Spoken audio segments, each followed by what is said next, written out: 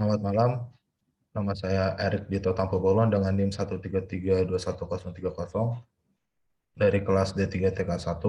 Di sini saya akan menjelaskan requirement elicitation yang dari week 3 dan use case diagram dan use case skenario yang dari week 4. Nah, di sini kita akan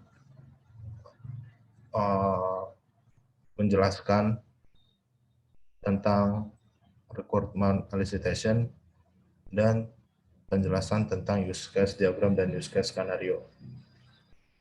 Nah, jadi apa sih requirement elicitation itu? Nah, jadi requirement elicitation itu adalah proses di mana persyaratan untuk produk perangkat lunak dikumpulkan, dianalisis, didokumentasikan, dan dikelola di seluruh siklus hidup rekayasa perangkat lunak. Dan requirement engineering itu berkaitan dengan menafsirkan dan memahami tujuan, kebutuhan, dan keyakinan dari pihak yang berkepentingan, atau biasa disebut stakeholder ya. Nah, kita bisa dilihat di sini nih, requirement elicitation-nya nih. Nih, misalkan inilah orang yang melakukan, orang yang berkepentingan itu, stakeholder. As an analyst, yang apa namanya? Maksud saya yang melakukan requirement elicitation. Di sini dia bilang, as analyst, I need to know what I do you want. Nah, terus dibalas nih sama stakeholder atau yang pihak yang berkepentingan. I want you to design the software for me. Dijawab lagi, but what do you want to do with the software? I don't know until you tell me what the software can do. Nah, jadi dia sebelum melakukan elicitation dia tidak tahu si pihak berkepentingan ini maunya software seperti apa. Nah, makanya sangat dibutuhkan proses requirement elicitation ini.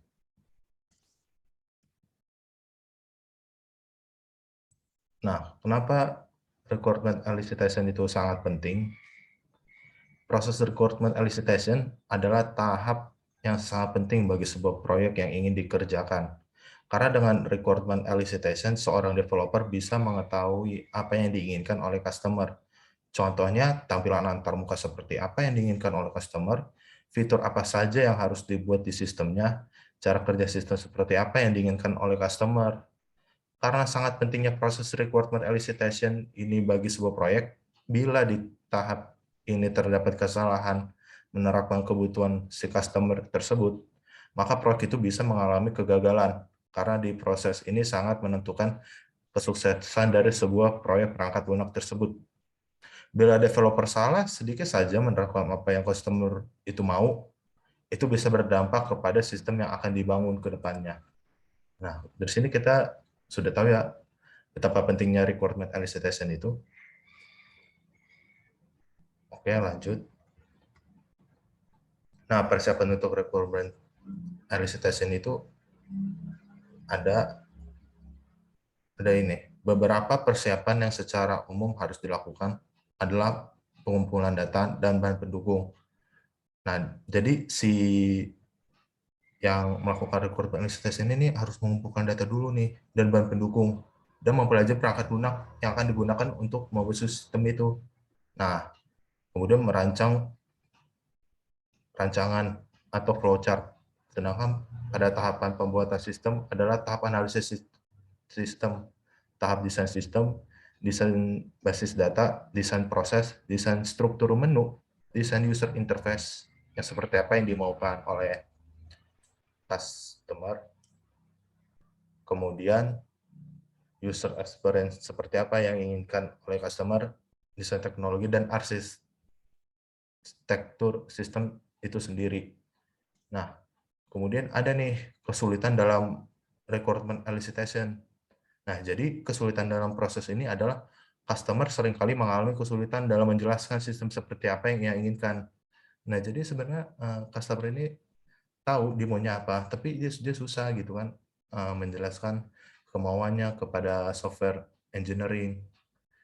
Nah, dan juga ditambah lagi developer yang kurang memahami apa yang dijelaskan oleh customer. Nah, ditambah lagi developernya kurang memahami, kurang cekatan dalam memahami apa kemauan si customer itu. Nah, yang mengakibatkan terjadi miskalkulasi dalam penjabaran kebutuhan customer. Nah, ini adalah kesulitan dalam requirement elicitation. Nah, ada juga nih manfaat requirement elicitation. Apa sih manfaatnya? Nah, jadi untuk memastikan software developer dapat memecahkan permasalahan yang tepat dan membangun sistem yang tepat pula yang sesuai dengan keinginan dari user. Nah, meningkatkan efisiensi dari proses pembuatan software system karena keseluruhan proses tersebut telah direncanakan dan dimanage dari tahap paling awal proses. Nah, penting banget kan requirement elicitation ini. Selanjutnya, agar software yang dihasilkan maksimal dan sesuai dengan kebutuhan dari user. Nah, ini yang paling penting. Karena adanya proses manajemen perencanaan keseluruhan proses sejak dari awal. Dan yang terakhir, untuk mendapatkan informasi-informasi serta batasan-batasan perangkat lunak yang akan dibangun di dalam, sehingga ini akan menjadi dasar tim pengembang atau tim developer tersebut untuk membuat perangkat lunak untuk si customer ini. Nah, ini juga ada metode pengumpulan-pengumpulannya nih. Yang pertama itu ada stakeholder. Nah, stakeholder dapat mencakup anggota tim, pelanggan, atau setiap individu yang berpartisipasi di dalam proyek itu. Analisis stakeholder diperlukan agar mengetahui siapa saja yang memiliki kepentingan secara langsung atau tidak langsung dengan proyek yang akan dilaksanakan. Nah, kita bisa lihat ya, ini stakeholder map. Ada support, guru, ada dokter, and healthcare, ada family and friend. Nah, family and friend itu ada apa aja? Ini ada children, parent, siblings, friends. Support group ini ada apa saja? Online support, diabetic support. Nah, dokter ini ada apa saja? Kan dokter ada banyak nih. Nah, ada dokter utama, primary dokter, perawat, nah, dan lain-lain.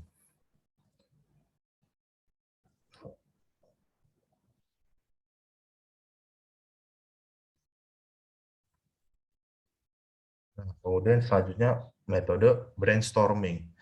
Teknik ini digunakan untuk menghasilkan ide-ide baru, sekaligus menemukan solusi untuk masalah tertentu. Teknik ini juga dapat memaksimalkan kreativitas kita dalam menghasilkan ide dan menentukan ide mana yang paling mungkin diterapkan. Kelebihan metode ini adalah dapat memunculkan banyak ide dalam waktu singkat dan kita menjadi berpikiran kreatif. Nah, selanjutnya nih, interview. Interview adalah teknik yang paling umum ya, yang bisa kita ketahui ya, yang digunakan dalam conduct elicitation. Di teknik ini, pewawancara akan mengajukan pertanyaan kepada pemangku kepentingan atau klien untuk memperoleh informasi yang berguna untuk proyek yang akan dikerjakan nantinya. Kelebihan metode ini adalah menghasilkan diskusi yang interaktif dengan pemangku kepentingan dan developer itu sendiri, dan mendorong partisipasi dan membangun hubungan dengan menjalin hubungan dengan pemangku kepentingan. Nah, terus ada lagi nih, dokumen analis. Teknik ini digunakan untuk mengumpulkan informasi dengan cara menganalisis dokumen yang diberikan oleh klien. Nah, jadi kalian udah punya dokumen nih, DEG seperti apa, software seperti apa, cara kerjanya seperti apa, tinggal dikasih ke developer. Nah, dan developer tinggal mencernanya. Biasanya dokumen ini berisi tentang seperti apa gambaran proyek yang diinginkan oleh si klien. Nah, seperti saya bilang sebelumnya ya. Dan kelebihan metode ini adalah dapat dokumen yang ada dapat digunakan untuk membandingkan proses saat ini dan masa depan. Dan dokumen yang ada dapat digunakan sebagai dasar untuk dianalisis di masa yang akan mendatang. Nah, selanjutnya ada observasi. Teknik observasi atau mengamati adalah salah satu cara yang paling efektif untuk mengidentifikasi apa yang diinginkan oleh si pengguna atau klien. Dan teknik ini dapat digunakan untuk mengkonfirmasi persyaratan-persyaratan yang diharapkan oleh si pengguna. Kelebihan metode ini adalah tidak membutuhkan konstruksi pertanyaan dan analis, tidak bergantung pada penjelasan lisan dari user. Dia tidak bergantung pada penjelasan lisan dari user karena dia mengobservasi saja. Nah, selanjutnya ada survei atau kuesioner. Survei adalah kumpulan pertanyaan yang diberikan kepada pengguna. Hal ini berguna untuk mengukur sejauh mana pemikiran mereka. Setelah pengguna memberikan jawabannya, kemudian datanya dianalisis untuk mengidentifikasi hal-hal apa yang diinginkan oleh si pengguna. Dan teknik ini juga salah satu teknik yang paling simpel, karena kita hanya mengajukan kumpulan pertanyaan dan melakukan analisa dari jawaban yang diberikan oleh pengguna. Dan kelebihan lain dari metode ini adalah mudah untuk mendapatkan data dari audiens yang besar. Nah, kita tinggal menggunakan misalkan Google Form gitu kan, kita sebar ke berbagai penjuru, nah, dan membiarkan audiens untuk menjawabnya. Kemudian kelebihan selanjutnya, lebih sedikit waktu yang dibutuhkan bagi peserta untuk merespon. Dan yang terakhir, kita bisa mendapatkan informasi yang lebih akurat dibandingkan dengan wawancara. Nah, selanjutnya kita membahas tentang use case diagram. Jadi, use case itu adalah sebuah kegiatan atau interaksi yang saling berkaitan antara aktor dan sistem. Nah, sebentar. Nah, antara aktor dan sistem. Interaksi. Kemudian definisi dari use case diagram itu sendiri adalah proses penggambaran yang dilakukan untuk menunjukkan hubungan antara pengguna dengan sistem yang dirancang. Hasil dari representasi dari skema tersebut dibuat secara sederhana dan bertujuan untuk memudahkan user dalam membaca informasi yang diberikan. Nah, bisa dilihat juga ini tipe-tipe UML. Nah, ada activity diagram, ada use case diagram yang sekarang kita bahas, dan yang lain-lain.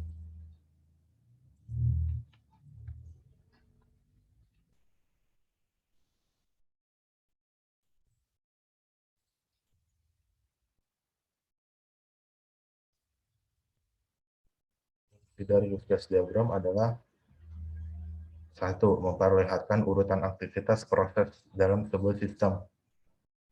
Fungsi yang pertama mampu memperkenalkan fase awal setiap kegiatan proses dalam sistem yang dikembangkan.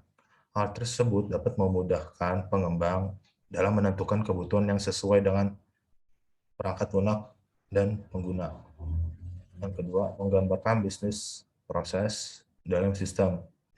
Kedua, use case mampu menggambarkan urutan proses bisnis secara lebih jelas dan transparan untuk mencegah terjadinya kesalahan pada sistem yang akan dibangun. Nah, terus ini ada komponen-komponen dalam use case diagram. Nah, ini 3 komponen utamanya adalah pertama aktor. Gambarnya seperti ini ya, simbolnya. Aktor merupakan setiap hal di luar sistem yang menggunakan komponen sistem untuk melakukan sesuatu. Aktor dapat berupa manusia, perangkat, atau bahkan sistem tersebut yang menjadi peranan dalam keberhasilan sebuah operasi dalam sistem yang dibangun. Kedua, sistem. Nah, ini sistemnya sendiri. Komponen ini menyatakan batasan dari sistem di dalam relasi yang dilakukan dengan aktor yang menggunakannya di luar sistem, serta fitur harus disediakan di dalam sistem tersebut. Nah, yang terakhir use case itu sendiri ini. Komponen yang ketiga adalah use case, yang merupakan gambaran umum dari fungsional sebuah sistem. Dengan begitu, pengguna dan konsumen dapat mengetahui setiap fungsi yang dibangun dalam sistem tersebut. Nah, ada lagi nih, relasi dalam use case diagram. 3 contoh relasi dalam use case diagram itu ada association, lambangnya seperti ini, garis ini. Association adalah teknik yang digunakan untuk mengidentifikasi sebuah interaksi antara komponen aktor dengan use case tertentu. Hal tersebut digambarkan dengan garis penghubung antara aktor dan use case. Ini seperti ini ya. Kemudian dependensi, simbolnya seperti ini. Garis putus-putus dan tanda panah. Dependensi relation terbagi menjadi dua jenis, yaitu include dan exclude, atau biasa disebut extend. Include berfungsi untuk mengidentifikasi hubungan atau relasi antara dua case, yang mana use case yang satu akan memanggil yang lainnya. Sedangkan untuk exclude atau extend merupakan jenis yang apabila dilakukan pemanggilan maka memerlukan suatu kondisi tertentu dan akan terjadi dependensi. Nah, kemudian nih ada generalization. Generalisasi merupakan hubungan antara dua use case atau dua aktor, di mana salah satu menginherit atau mewarisi, nah bisa dilihat mewarisi menjadi dua, dan menambahkan atau melakukan override sifat dari komponen yang lainnya. Nah, ini contoh lain relasi dalam use case diagram. Tadi aktor sudah kita bahas. Kemudian ini use case itu sendiri. Generalisasi. Nah, ini contoh include dan extend.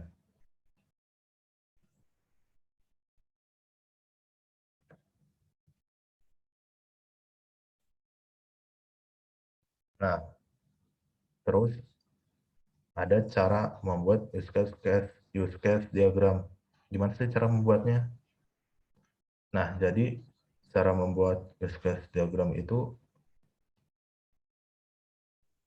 pertama identifikasi terlebih dahulu nih siapa saja yang akan menggunakan website tersebut. Bisa pengguna, user, lalu salah satu user dari web yang akan diimplementasikan. Ketiga, tentukan juga apa saja yang akan dilakukan oleh pengguna di dalam situs tersebut. Setiap hal yang dilakukan use case, setiap hal yang dilakukan user di dalam website akan menjadi use case. Nah, yang seperti kita lihat tadi, yang bentuknya use case ini, nah akan menjadi use case. Nah, setiap hal yang dilakukan user akan menjadi use case.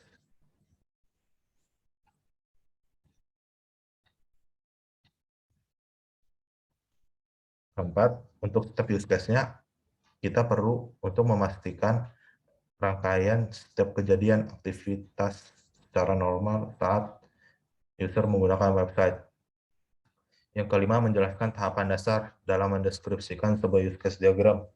Kita dapat mencoba menjelaskan hal apa saja yang dilakukan oleh pengguna dan apa yang bisa dilakukan oleh sistem sebagai bentuk respon yang perlu untuk diketahui. Yang keenam, saat tahapan dasar dilakukan, kita dapat mempertimbangkan rangkaian timeline alternatif dan tambahkan extend pada diagram. Selanjutnya, kita dapat mencari kesamaan di antara use case, kemudian ekstrak dan catat hasilnya.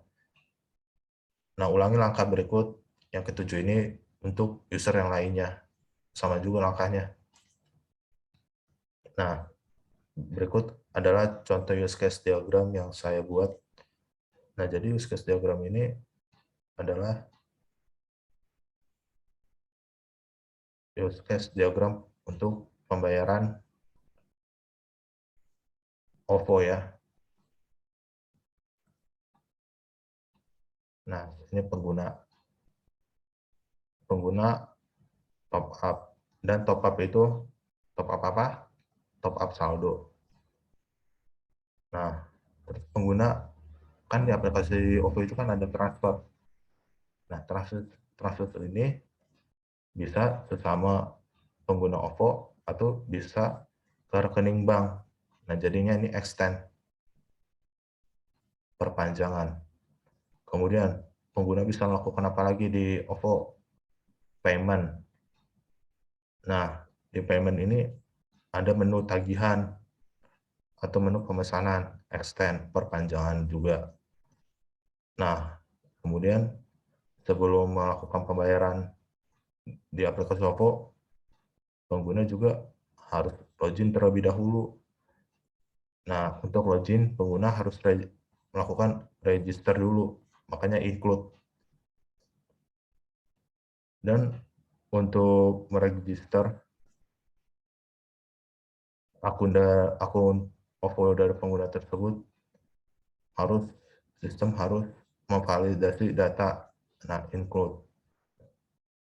Nah, ini payment ke include, transfer ke include ke login, top up, include ke login juga. Karena untuk melakukan ketiga hal ini,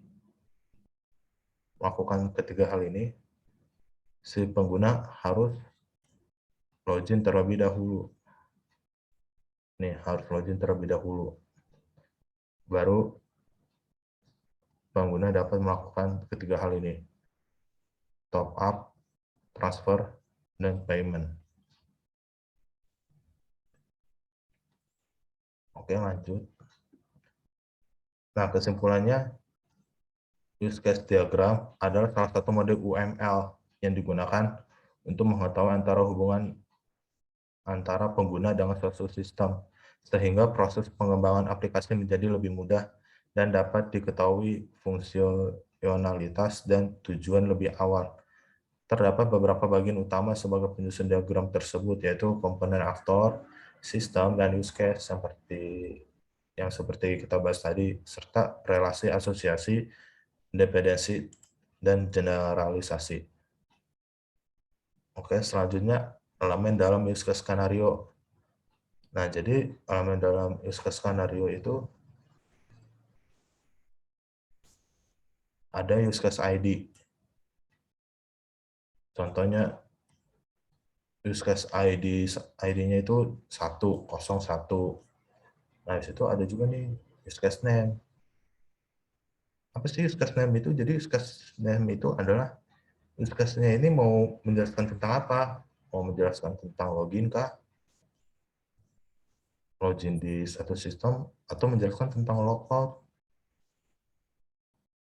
di suatu sistem. Nah, habis itu ada nih brief description. Apa sih brief description ini? Jadi brief description ini ada penjelasan singkat mengenai use case itu. Misalkan use case ini menjelaskan tentang bagaimana cara pengguna login ke aplikasi buku KD. Nah, atau bagaimana cara melakukan pembayaran di OVO. Nah, ini namanya brief description. Deskripsi singkatnya. Kemudian ada primary actor. Sesuai namanya ya, primary actor. Jadi dia aktor utama. Siapa sih aktor utama di use case itu? Bisa saja pengguna dan lain-lain. Nah, secondary itu adalah yang kedua, aktor keduanya siapa aja sih? Nah, bisa saja sistem atau dan lain-lain. Nah, ini nih, precondition.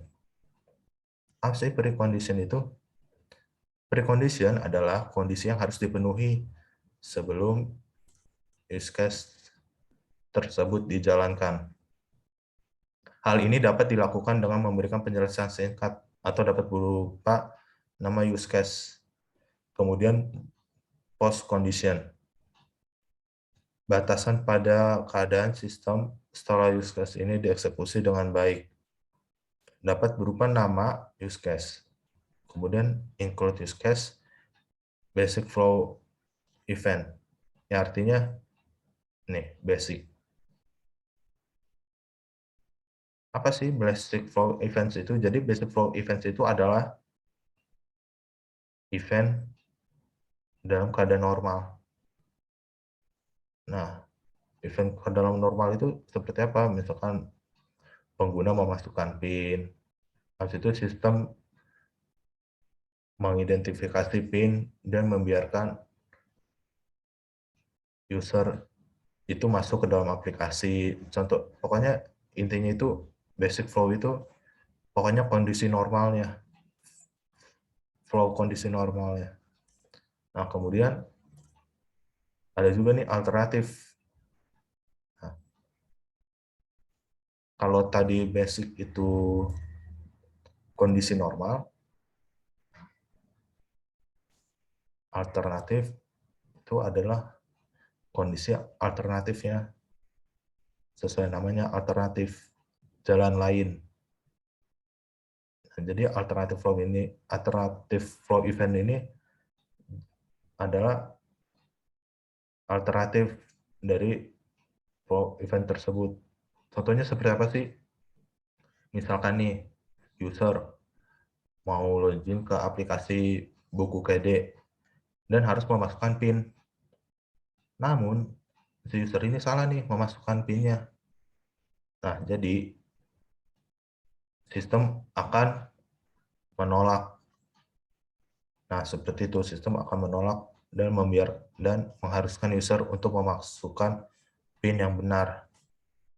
Nah, seperti itu. Kemudian ada juga extension point.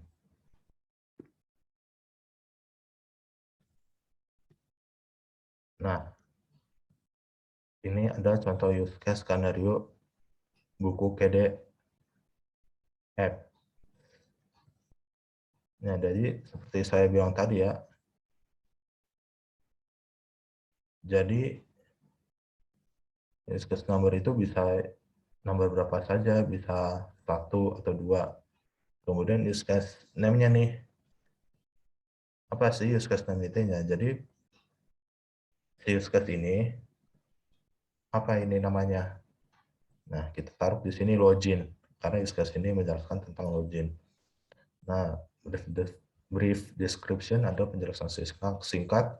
Contohnya, use case ini menggambarkan bagaimana pengguna cara mengakses buku KD app dan melihat layanan-layanan apa saja yang ditampilkan oleh buku KD app. Nah, primary actor-nya siapa nih? Admin. Secondary-nya siapa? Ya, pengguna itu sendiri. Nah, precondition-nya itu pengguna belum mengakses buku KD app. Nah, ini basic flow-nya nih. Basic flow-nya. Apa sih basic flow-nya? Nah, ini actor, action, dan sistem respon. Itu adalah ini.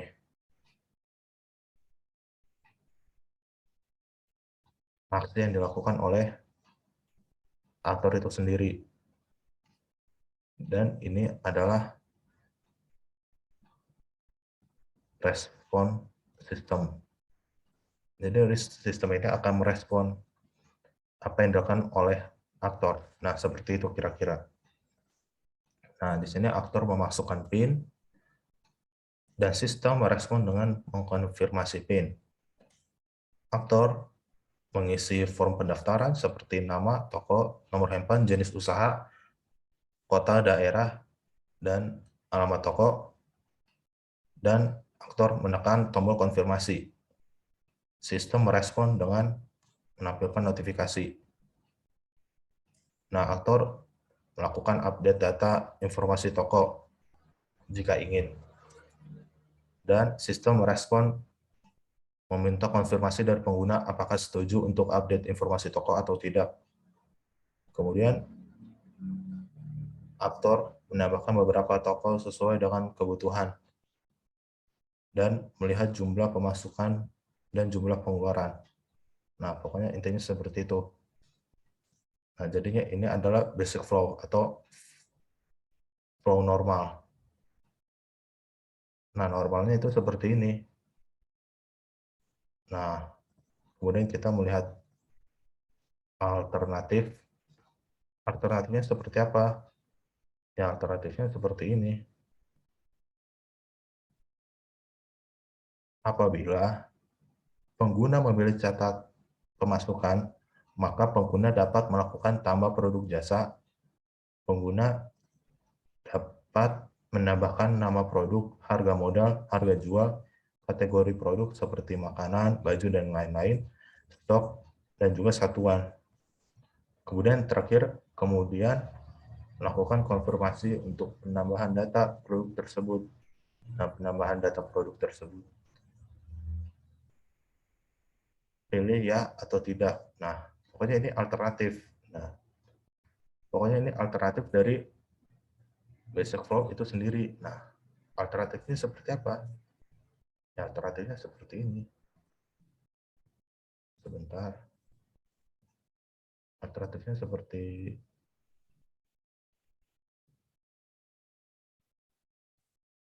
ini. Apabila pengguna memilih catatan pemasukan, bila pengguna melakukan konfirmasi penambahan data produk tersebut, pilih ya atau tidak. Nah, pokoknya seperti itu alternatif flow-nya.